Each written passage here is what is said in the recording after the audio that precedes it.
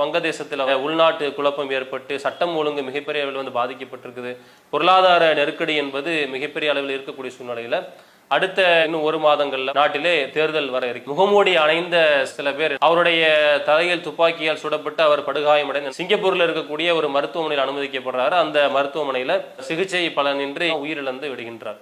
இந்த சம்பவம் நடைபெற்ற பிறகு மீண்டும் வந்து வங்கதேசம் கடந்த ஆண்டை போன்றே மறுபடியும் வந்து மிகப்பெரிய அளவுல வந்து உள்நாட்டு கிளர்ச்சி ஏற்படுகின்றது. ஏராளமான இடங்கள்ல கலவரங்களாக மாறி நம்முடைய அண்டை நாடாக இருக்கக்கூடிய வங்கதேசத்திலே கடந்த ஆண்டு முதல் மிக கடுமையான போராட்டங்கள், மிகப்பெரிய கலவரங்கள் தொடர்ச்சியாக நடந்த வண்ணமாக இருக்கு. வங்கதேசத்தினுடைய முன்னாள் பிரதமர் ஷேக் ஹசீனா இவங்க வந்து கிட்டத்தட்ட ஒரு 15 ஆண்டுகளாக அந்த நாட்டினுடைய பிரதமராக தொடர்ச்சியாக இருந்து வர்றாங்க. 2009ஆம் ஆண்டிலிருந்து 2024ஆம் ஆண்டு வரைக்கும் இவர்கள் வந்து பிரதமராக வந்து தொடர்ந்து இருந்து வரக்கூடிய சூழ்நிலையில இவர்களுடைய இந்த 15 ஆண்டு கால ஆட்சி, அவர்களுடைய அந்த அரசு என்பது மிகப்பெரிய அளவில் வீழ்ச்சி அடைந்து வங்கதேசத்திலே மிக பெரிய அளவிலே உள்நாட்டு கிளர்ச்சி ஏற்பட்டு இன்றைக்கு மிகப்பெரிய அளவிலே அந்த நாடை இன்றைக்கு சுக்குநூறாக இருக்கக்கூடிய காரணமாக பார்த்துட்டு இருக்கோம். இதற்கான காரணங்கள் என்னவென்று நாம பார்க்கும்போது பல காரணங்கள், இந்த கலவரத்துக்கான காரணங்கள் பல காரணங்கள் சொல்லப்பட்டாலும் கூட மிக முக்கியமான காரணமாக என்ன பார்க்கப்படுது அப்படின்னு பார்த்தோம்னா, இந்த ஷேக் ஹசீனா தலைமையிலான அரசாங்கம் அவங்க என்ன பண்றாங்கன்னு சொன்னா 1971 வந்து இந்த வங்கதேசத்துல மிகப்பெரிய அளவுல வந்து ஒரு சுதந்திர போராட்டம் நடைபெற்று வங்கதேசம் என்ற ஒரு நாடு வந்து உருவாவதற்கு காரணமாக இந்த வங்கதேச போர் தான் இருந்துச்சு. பாகிஸ்தானோட மிகப்பெரிய அளவில் வந்து ஒரு சண்டை போர் மூழ்கின்றது. கிழக்கு பாகிஸ்தானுக்கும் மேற்கு பாகிஸ்தானுக்கும் மிகப்பெரிய அளவிலே வந்து ஒரு சண்டை நடந்த அந்த சூழலில் அந்த நேரத்தில் வந்து ஷேக் முஜிபுர் ரஹ்மான் இந்த போரை வந்து மிக அதிகமான அளவில் வந்து கையில் எடுத்து போரில் வந்து ஏராளமான மக்கள் கொல்லப்படுறாங்க. அதுக்கு பிறகு பக்கத்து மாநிலங்கள், சர்வதேச அந்த நாடுகளினுடைய முயற்சியினால என்ன ஆகுது அப்படின்னு சொன்னா, அந்த நாடுகளினுடைய தலையீட்டால வங்கதேசம் என்ற ஒரு நாடு புதுசாக உருவாக்கப்படுது. இந்த சுதந்திர போரில் கலந்து கொண்டு ஏராளமான மக்கள் உயிரை இழந்து தியாகிகளாக வந்து ஆகிறாங்க. அப்ப இந்த சுதந்திர போரில் யாரெல்லாம் கலந்து கொண்டு தியாகிகளாக வந்து இருக்கிறாங்களோ, அந்த போரில் யாரெல்லாம் வந்து உயிரிழக்கிறாங்க, பல பேர் வந்து படுகாயம் அடைகிறாங்க,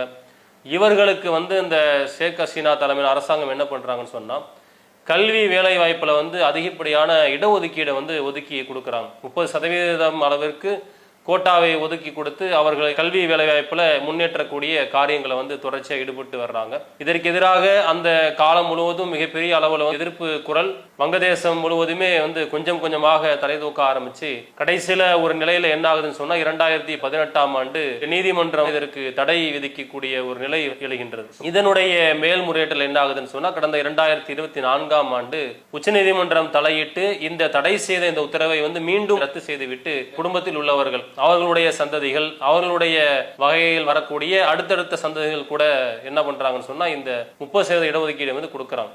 இந்த ஒரு காரணத்தை மையமாக வைத்து போராட்டக்காரர்கள், அதுல வந்து மாணவர்கள் இருக்கிறாங்க, நிறைய இளைஞர்கள் இருக்கிறாங்க. இவங்க என்ன சொல்றாங்கன்னு சொன்னா, தியாகிகளுக்கு வந்து கோட்டா கொடுப்பது என்பது சரிதான், ஆனால் அவர்களுடைய குடும்பத்தில் வாழையடி வாழையாக வரக்கூடிய அவர்களுடைய பிள்ளைகளுக்கு, அவர்களுடைய பேர பிள்ளைகளுக்கு என்று தொடர்ந்து வந்து கொடுக்க கூடாது என்பதுதான் இவருடைய முக்கியமான ஒரு கோரிக்கையாக இருக்கின்றது. அதற்கு இந்த ஷேக் ஹசீனா அரசாங்கம் என்ன பண்றாங்கன்னு சொன்னா, அதற்கெல்லாம் செவிசாய்க்காமல் மீண்டும் அந்த ஒரு நிலையை வந்து கையில் எடுக்கும் போது இது மாணவர்கள் தரப்பிலே, இளைஞர்கள் தரப்பிலே மிகப்பெரிய ஒரு கோபமாக மாறி அந்த உள்நாட்டு புரட்சிக்கு வந்து இந்த ஒரு நிலைதான் வந்து காரணமாக அமையுது. கடந்த ஆண்டில் அதிகமான அளவில் கலவரங்கள் சூழப்பட்டு ஷேக் ஹசீனா தலைமறைவாகக்கூடிய நிலைக்கு வந்து தள்ளப்படுது. அந்த போராட்டங்களை கட்டுப்படுத்துவதற்காக வேண்டி ஏராளமான முயற்சிகளை வந்து கையில் எடுக்கிறாங்க. ராணுவத்தை வைத்து எல்லா மக்களையும் வந்து அந்த போராட்டத்தில் ஈடுபடக்கூடிய எல்லா மக்களையும் வந்து துன்புறுத்தக்கூடிய ஒரு நிலைக்கு தள்ளப்படும் போது அதனுடைய முடிவு என்ன ஆகுது அப்படின்னு சொன்னா, இந்த ஷேக் ஹசீனா அவங்க என்ன பண்றாங்கன்னு சொன்னா, அவர்களுடைய ஆட்சி வந்து கவிழ்க்கப்படுகின்றது.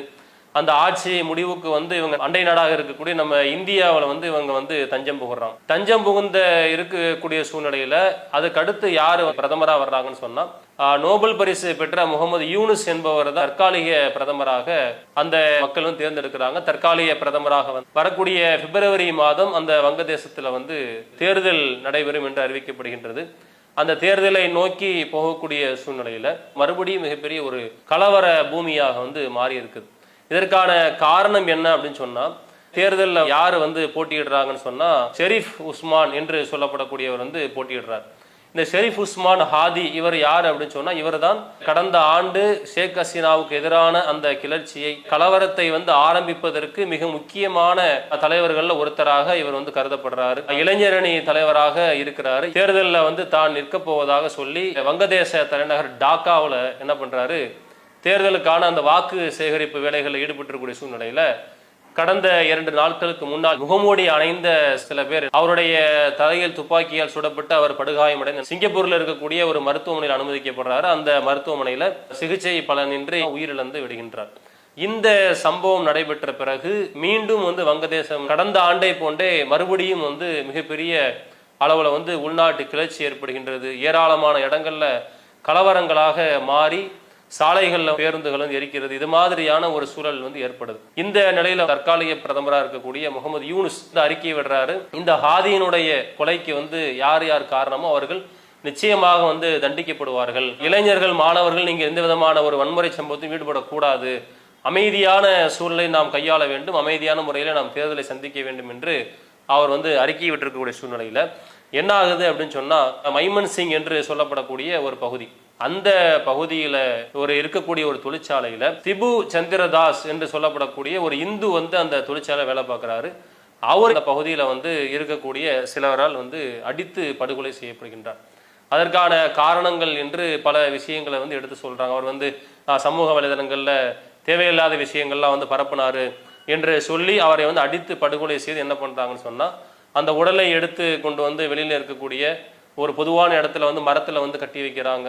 மறுபடியும் அந்த உடலை எடுத்து சாலையில போட்டு வந்து எரித்து இது மாதிரியான காரியங்கள்ல வந்து ஈடுபடக்கூடிய நிலைக்கு இன்றைக்கு தள்ளப்படுது. இது மாதிரி இந்த சம்பவத்தை ஒட்டி 2 பேர் அங்கே வந்து படுகொலை செய்யப்படுறாங்க. இதுவரைக்கும் கடந்த ஆண்டு முதல் இந்த நடந்த இந்த கலவரத்துல கிட்டத்தட்ட 1900க்கும் அதிகமான நபர்கள் வந்து கொலை செய்யப்பட்டிருக்கிறாங்க என்பதை வந்து தகவலாக வந்து சொல்லப்படுது. இந்த நிலையில் முகமது யூனுஸ் தலைமையிலான அந்த அரசாங்கம் அவங்க என்ன சொல்றாங்கன்னு சொன்னா, இந்தியாவுக்கு வந்து மிக கடுமையான முறையில் கோரிக்கை வைக்கிறாங்க. ஷேக் ஹசீனாவை நீங்க திரும்ப அனுப்ப வேண்டும், மீண்டும் எங்கள்கிட்ட வந்து நீங்க வந்து ஒப்படைக்க வேண்டும் என்று சொன்னா, கடந்த நவம்பர்ல இன்டர்நேஷனல் கிரிமினல் ட்ரிபியூனல் ICT என்று சொல்லப்படக்கூடிய நீதிமன்றம் வந்து ஷேக் ஹசீனாவுக்கு தூக்கு தண்டனை வந்து விதிக்குது. இந்த தண்டனை கொடுக்கப்பட்ட பிறகு என்ன கோரிக்கை வைக்கிறாங்கன்னு சொன்னா, ஷேக் ஹசீனாவை நீங்க மீண்டும் எங்கள்கிட்ட வந்து ஒப்படைக்கணும் என்ற ஒரு கோரிக்கை வைக்கப்படுது. ஆனால் இந்தியாவின் தரப்பிலே வந்து அது மறுக்கப்பட்டு தொடர்ச்சியாக அவர்கள் இங்கே வந்து இருந்து வர்றாங்க. இதில் நாம் பார்க்கக்கூடிய தகவல் என்னன்னு சொன்னா, ஷேக் ஹசீனாவுடைய ஆட்சியின் கடந்த காலத்தை எடுத்து பார்த்தோம் அப்படி சொன்னா, ஆரம்ப காலத்தில் ஜனநாயக ரீதியான ஒரு ஆட்சியை தான் அவங்க வந்து கொடுத்திருக்கிறாங்க. மக்கள் நலன் மீது அதிகமான அக்கறையை கொண்டவர்களாக, அது மாதிரி எல்லா மக்களுக்கும் தேவையான விஷயங்களை செய்து கொடுக்கக்கூடியவர்களாக இருந்திருக்கிறாங்க. மிக முக்கியமாக அந்த நாடு ஒரு இஸ்லாமிய நாடாக இருந்தாலும் கூட அங்கே சிறுபான்மையினராக இருக்கக்கூடிய இந்துக்கள் ஒருபோதும் வந்து எந்த விதமான ஒரு தொந்தரவையும் அடைந்தது கிடையாது என்று சொல்லக்கூடிய அளவிற்கு தான் அந்த அவருடைய ஆட்சி இருந்திருக்குது. ஆனால் வேற வேற காரணங்கள் இருப்பது உண்மைதான். அந்த ஆட்சியினுடைய ஸ்திரத்தன்மை குறைந்தது, அடக்குமுறைகளை சரியான முறையில் கையாளாத விதம் என்று பல காரணங்கள் வைக்கப்பட்டாலும் கூட, மக்கள் என்று வருகின்ற போது சிறுபான்மையினர் நாட்டிலே பாதிக்கப்பட்டாங்களா என்று பார்க்கும்போது அது மாதிரியான நிகழ்வுகள் எதுவுமே நடந்ததில்லை. ஆனால் இந்த குறுகிய காலகட்டத்தில் அங்கே இருக்கக்கூடிய சிறுபான்மையினர் மக்கள் வந்து அதிகமான அளவில் வந்து பாதிக்கப்படுறாங்க அப்படின்ற தகவலை நாம் செய்தி ஊடகங்கள் மூலமாக நமக்கு கிடைக்கப்படும். எந்த நாடாக இருந்தாலும் சரிதான், அந்த நாட்டில் இருக்கக்கூடிய மக்களினுடைய நலனை பாதுகாப்பது என்பது அரசாங்கத்தினுடைய கடமை. அதிலும் குறிப்பாக சிறுபான்மையினராக இருக்கக்கூடியவர்களோட பாதுகாப்பை வந்து மிக அதிகமான முறையிலே வந்து ஊர்ஜிதம் செய்ய வேண்டிய கடமையும் பொறுப்பும் ஆளக்கூடிய அரசாங்கங்களுக்கு இருக்கின்றது. அந்த மக்களினுடைய வாழ்வை மேம்படுவதற்கான திட்டங்களை கையில் எடுப்பது என்று சொல்லி ஏராளமான விஷயங்களை வந்து அந்த அரசாங்கம் தான் கையில் எடுக்க வேண்டுமே தவிர, இது மாதிரி சிறுபான்மையினருடைய நலனுக்கு பாதகம் ஏற்படும் என்று சொன்னால் எந்த நாடாக இருந்தாலுமே அங்கே வந்து அமைதி வந்து சீர்குலைந்து மக்கள் அதிகமான அளவில் வந்து பாதிக்கப்படுவார்கள் என்பதுதான் நம்ம பார்க்கக்கூடிய ஒரு உண்மையாக இருக்குது. தற்போது வங்கதேசத்தில் உள்நாட்டு குழப்பம் ஏற்பட்டு சட்டம் ஒழுங்கு மிகப்பெரிய அளவில் வந்து பாதிக்கப்பட்டிருக்குது. பொருளாதார நெருக்கடி என்பது மிகப்பெரிய அளவில் இருக்கக்கூடிய சூழ்நிலையில அடுத்த இன்னும் 1 மாதங்கள்ல நாட்டிலே தேர்தல் வர இருக்கின்றது. இந்த நேரத்தில் அண்டை நாடாக இருக்கக்கூடியவர்களுடைய கவனமும் வங்கதேசத்தின் மீது அதிகமாக இருக்க வேண்டும். அவர்களுடைய ஒத்துழைப்பு முயற்சி என்பது நாட்டினுடைய கிளர்ச்சியாளர்கள் அது மாதிரி அந்த பிரச்சனைகளை வந்து கட்டுக்குள் கொண்டு வருவதற்கு அண்டை நாடுகள் அதிகமாக வந்து ஒத்துழைப்பு செய்ய வேண்டிய நேரம் என்று பல பேரும் தங்களுடைய கருத்துக்களை வந்து முன்வைக்கிறாங்க.